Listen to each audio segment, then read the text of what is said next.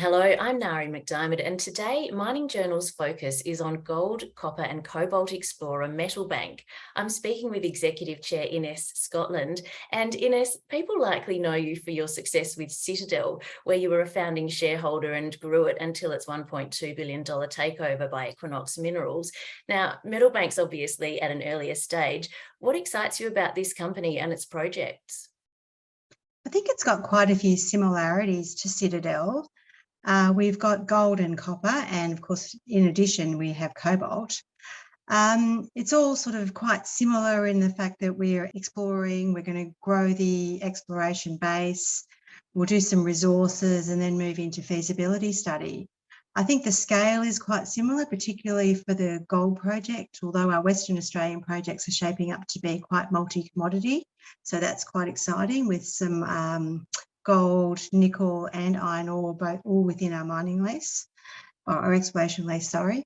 And at Millennium projects in Queensland, the copper-cobalt projects, they're actually on granted mining leases with JORC resources already. So I think it really plays into our expertise in project development. Well, if we look at your Livingstone gold project in Western Australia, which, as you mentioned, has other options there as well, you've recently announced some drilling results that's identified gold both east and west of the Kingsley deposit. What's planned there in the coming months? So it was quite exciting for us, and it was one of the reasons that we acquired the project. The original resource was on a strike length of about 700 metres. We've now extended that to 1.8 kilometres.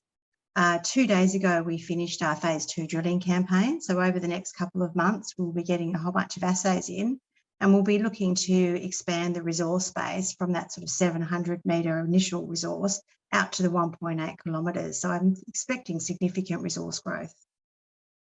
Well, if we turn to Queensland next, Inés, and your project, which has copper and cobalt Millennium, how's work progressing there in terms of work towards a resource update?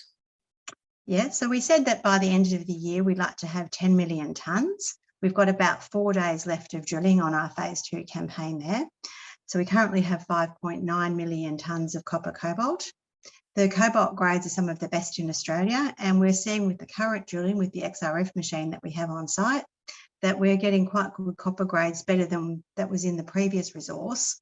So we're fully expecting that our resource expectations will be met by the end of the year. Well, still in Queensland, finally, and you've got some earlier stage gold exploration projects in the southeast of the state. I understand you're aiming to expand your footprint there.